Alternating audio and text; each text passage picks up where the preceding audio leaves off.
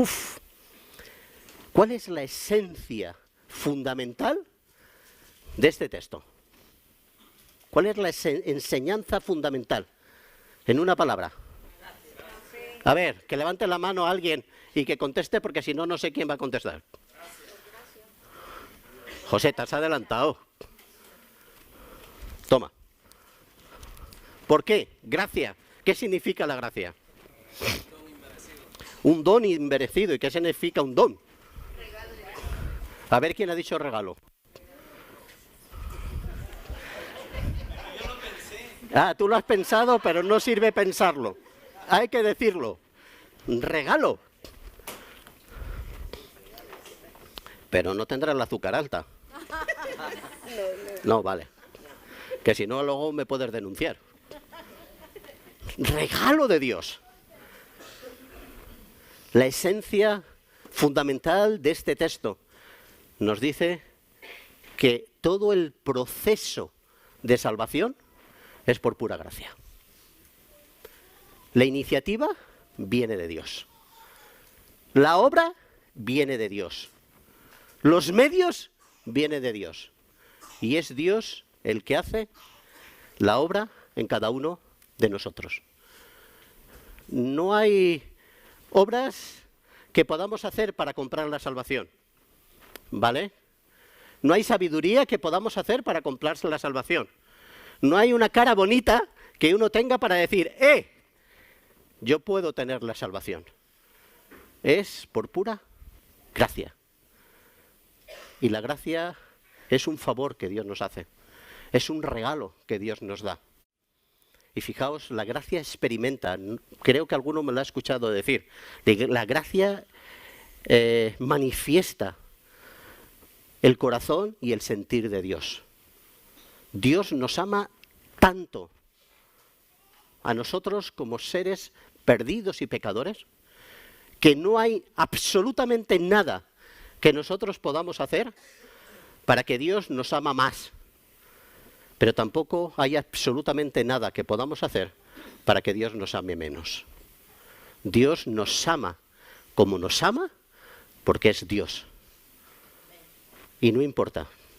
No importa si sois altos o bajos, blancos o negros, guapos o feos, si tenéis más dinero o menos dinero, si habláis más o habláis menos, si tenéis más cara dura o menos cara dura. No importa absolutamente nada.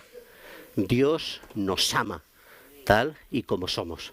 Otra cosa es que cambie lo que no le glorifica a Él, pero Dios nos ama. Y eso es lo que nos está diciendo este texto. Por pura gracia, hermanos, somos salvos. Pablo lo dice en 2 Corintios 5:19. Dios estaba en Cristo reconciliando al mundo consigo mismo. Es el poder de Dios el que está operando en nosotros. Es la obra de Dios que está realmente marcando la línea que tenemos que seguir. Es Dios el que toma la iniciativa y el que lo lleva adelante. Él es el que capacita. Él es el que tiene capacidad también de hacer las cosas. Él es el que tiene la iniciativa de hacer las cosas. Él es el que tiene el poder de hacer las cosas. Nadie de nosotros tenemos esa capacidad y ese poder. Ahora, tenemos que entender, para comprender estas cosas, tenemos que entender la cuestión de que nosotros no solo somos transgresores de la ley, sino también hemos quebrado el corazón de Dios. Y ahí está el sentir de la gracia de Dios. Nosotros hemos ofendido a Dios, hemos quebrado su corazón y no podemos absolutamente nada para arreglar el corazón de Dios. Hace unos días estaba viendo una película de la época de ETA, cuando realmente todavía estaban activos, ¿no? Y algunos de los miembros de ETA se habían arrepentido. Estaban en un proceso de perdón y participaron en un ensayo sobre cómo responderían las víctimas y de qué manera ese perdón podía afectar al corazón de los asesinos. Y justamente la protagonista de esa película fue la primera víctima que se sentó delante del asesino de su marido.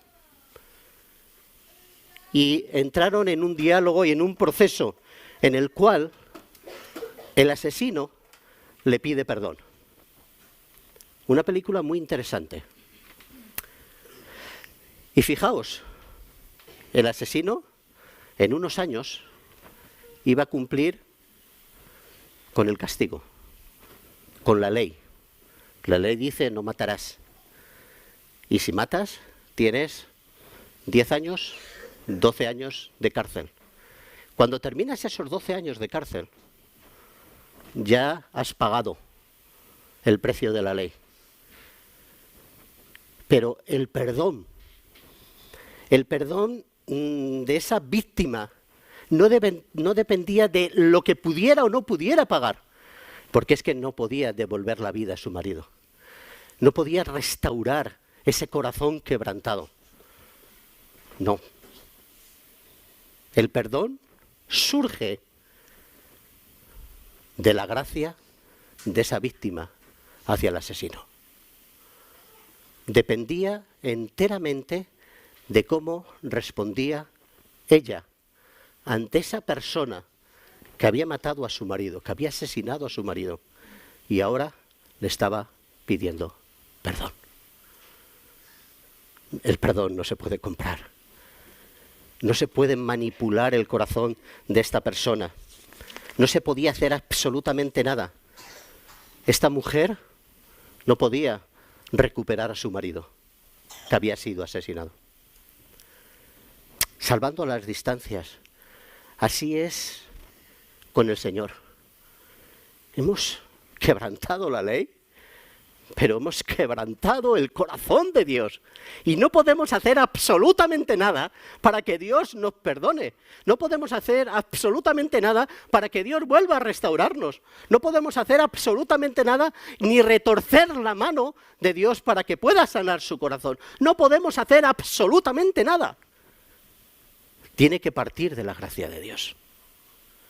Es Dios en su misericordia. Es Dios en su gracia que ha pensado en ti y en mí y nos ha perdonado. Ha perdonado ese dolor que nosotros le hemos hecho. Dios tomando la iniciativa. Qué maravilloso, ¿verdad? Entender que es Dios el que hace las cosas. Ni siquiera la fe es un acto meritorio. No es una obra que yo puedo hacer. No penséis que Dios mira y dice, a ver, José tiene fe, le voy a salvar. ¿Qué va? La fe es el medio por el cual Dios nos transmite esa salvación. Pero no es el objetivo, no es el objeto de la salvación. ¿Sabéis cuál es el objeto de la salvación? ¿Sabéis cuál es el objeto de la salvación? ¿Cuál es el objeto de la salvación? Dilo en alto. Así es, dilo en alto.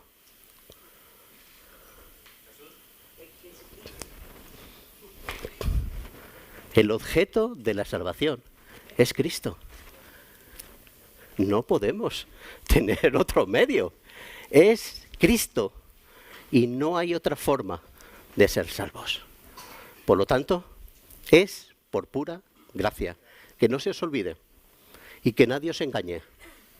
Todo el proceso de salvación es pura gracia. La gracia de Dios mostrada en cada uno de nosotros, que somos pecadores. Nadie puede retorcer el brazo de Dios para que nos perdone. Permitirme esta presión, ¿vale? A Dios le ha dado la gana perdonarnos, a ti y a mí, porque Él ha querido, no por nuestra cara bonita. Ahora, ¿qué debe de tener esa fe para ser una fe real? Una fe que nos lleve a la salvación. Una fe que nos lleve a Cristo. Porque, oyes, no todas lo que llamamos fe es una fe genuina, ¿verdad? El Señor no está en contra de los sentimientos ni de las emociones y todas estas cosas, está muy bien. Y creo que cada uno de nosotros nos tenemos que mostrar tal y como somos, ¿vale? con nuestras emociones, con nuestros sentimientos. Hay gente que llora por cualquier cosa y otros que no lloran absolutamente por nada. No pasa nada. Hay otros que se emocionan con una canción. Otros nos quedaríamos sentados aunque cantáramos 10.000 canciones.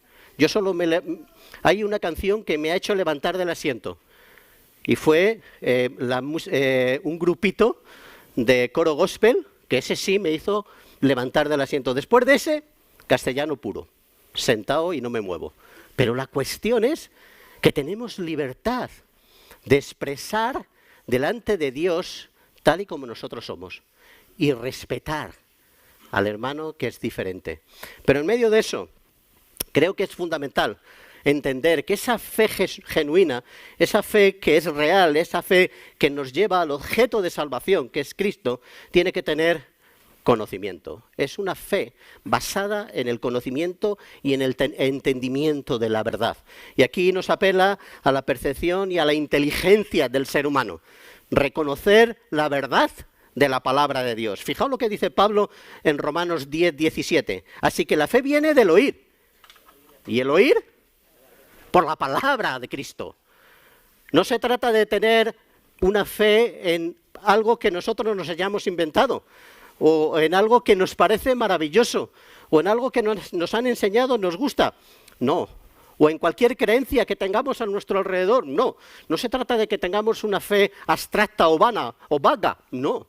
Se trata que la fe nos tiene que llevar al conocimiento de la verdad, al conocimiento de Cristo. Y cuidado, no estoy diciendo que como creyentes, por ciencia infusa, ¡paf!, vamos a conocer toda la palabra de Dios y ya está. ¿Habéis? Esta mañana se ha demostrado que hay que leer la palabra de Dios, que hay que estudiar la palabra de Dios para conocer la palabra de Dios. Pero lo que nos está diciendo este concepto es que nosotros necesitamos entender lo que es la esencia de Cristo, la obra de Cristo, la resurrección de Cristo, el evangelio puro y duro que nos manifieste el camino de salvación. Porque si nosotros no tenemos ese conocimiento real de Cristo, esa fe no es genuina. ¿Recordáis el texto de Juan, en Primera de Juan?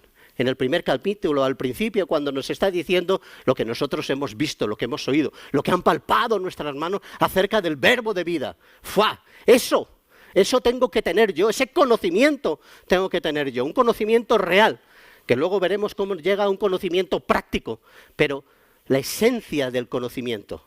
Nosotros no nos salvamos por sentimientos. Puede haber sentimientos, cuidado, y nos pueden ayudar los sentimientos, pero nosotros nos salvamos por Cristo, el conocimiento real de nuestro Señor Jesucristo. Pero no solo tiene que haber conocimiento, tiene que haber confianza. La verdadera fe tiene que estar basada en la confianza. Santiago en el capítulo 2, versículo 19 dice, ¿tú crees que Dios es uno? Haces bien, ¿vale? Cuidado, son buenas cosas. Pero también los demonios creen y tiemblan. ¿Y los demonios son salvos? Ni son salvos ni se pueden salvar. ¿Vale? ¿Tienen conocimiento de la existencia de Dios? Sí, pero no es suficiente el conocimiento de la existencia de Dios. Tenemos que entender que Dios ha muerto, que Cristo ha muerto, ha resucitado y ha hecho la obra completa. Sí, pero también tenemos que entender que la fe salvífica es la fe que confía absolutamente en la persona que ha prometido, en Dios. Es una fe de confianza absoluta. Me fío. Dios me ha dicho esto y yo me fío. Pero ese fiarme de Dios implica obediencia. Una desobediencia implica incredulidad.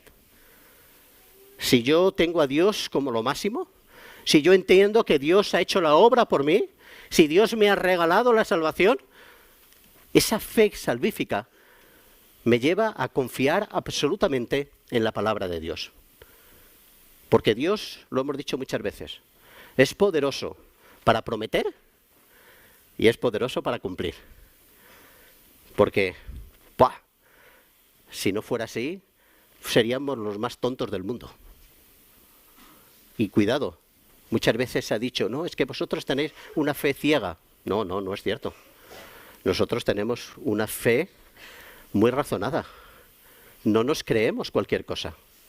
Nos creemos lo que Dios nos dice, porque Dios me ha demostrado que Él es Dios, que tiene capacidad para prometer y que tiene capacidad para cumplir. Y no miente.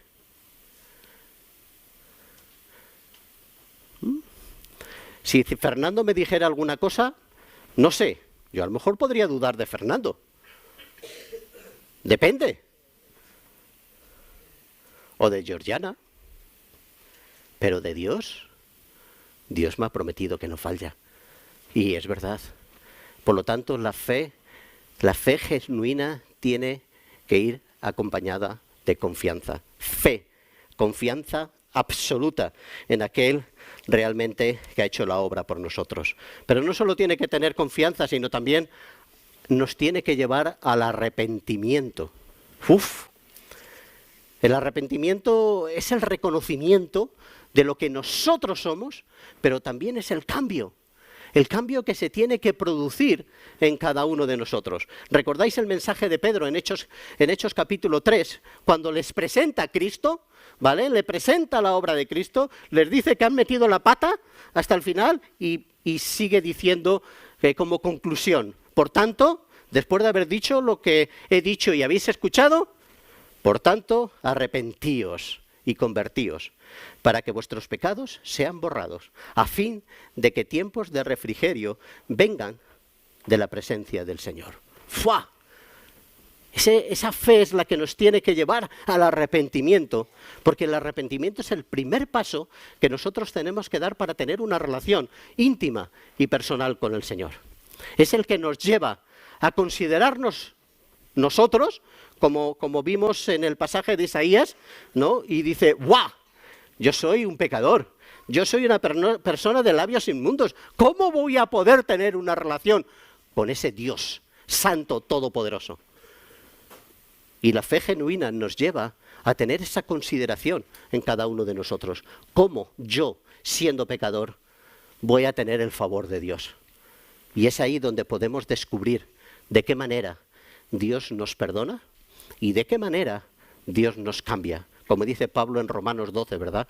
Desde nuestra mente hasta nuestros pies, con un proceso de cambio, pero no un cambio abstracto, un cambio real en mi vida práctica. Porque la fe nos lleva, como veremos después, a obrar, ¿vale? Tenemos que reconocer la magnitud de Dios, pero también tenemos que reconocer nuestra situación. Y la fe real, también nos habla de crecimiento y de perseverancia, hermanos. No podemos estar en el mismo lugar como creyentes desde el momento que nos convertimos. Moody decía que la Biblia no fue dada simplemente para nuestra información, sino para nuestra transformación. La palabra de Dios no solo nos habla de esos acontecimientos, no solo nos habla de los principios de Dios, no solo nos habla de las exigencias de Dios, no solo nos habla del carácter de Dios y de toda la información que nosotros necesitamos para ser salvos, sino también para cambiar nuestras vidas. Porque tiene que haber un proceso de cambio en cada uno de nosotros. Si nosotros realmente decimos que tenemos fe, tenemos que caminar reflejando esa realidad en nosotros. Y es verdad que no vamos a estar soltando todas nuestras piedras de un golpe, ¡paf! Quitamos toda nuestra mochila y quitamos todas las cosas que no glorifican a Dios. Es un proceso, cierto que es un proceso, pero no puede haber un estancamiento. Tiene que ser un proceso progresivo hacia la madurez. Fijaos lo que dice Pablo en Filipenses, capítulo 3, versículo 13. Dice: hermanos, yo mismo no considero haberlo ya alcanzado, pero una cosa hago, olvidando lo que queda atrás y extendiéndome a lo que está adelante, prosigo hacia la meta para obtener el premio del supremo llamamiento de Dios en Cristo Jesús. ¡Fua! No importa lo que hayamos vivido, ¿vale? Dios día a día va cambiando nuestras vidas, va mostrando lo que quiere de cada uno de nosotros y tenemos que proseguir hacia la meta. Tenemos que ir caminando, ¿vale?, de una manera ascendente. No importa si crecemos mucho o crecemos menos, pero tenemos que crecer. No importa si estamos en el 10 o estamos en el 8, pero tenemos que crecer. No importa si cada uno llevamos un ritmo diferente, pero tenemos que crecer. Porque la fe genuina nos lleva al crecimiento y a la perseverancia. Crecimiento y perseverancia es algo que van juntos, ¿de acuerdo? Y la perseverancia implica esfuerzo, un esfuerzo continuado, ¿vale?, hacia la meta, hacia el objetivo que cada uno de nosotros tenemos. No podemos ser hoy igual que ayer. Y mañana tenemos que haber crecido y ser diferentes, haber un cambio de lo que somos hoy. Si no tenemos eso, siéntate delante del Señor y pregúntale si la fe que tienes es una fe genuina. Y me encanta este pasaje de Juan, de Primera de Juan, capítulo 2, cuando está hablando de situaciones problemáticas que hay en la iglesia y momentos difíciles. Y dice, salieron de nosotros, pero en realidad no eran de nosotros. Porque si hubieran sido de nosotros, habrían permanecido con nosotros. Pero salieron a fin de que se manifestara que no todos son de nosotros. ¡Fua! No se trata de sentimientos, hermanos. No se trata de que podamos levantar las manos y decir, gloria a Dios y aleluya. No se trata de que cantemos bien en esta mañana, que hay que cantar bien, ¿vale? No se trata solamente de estas cosas.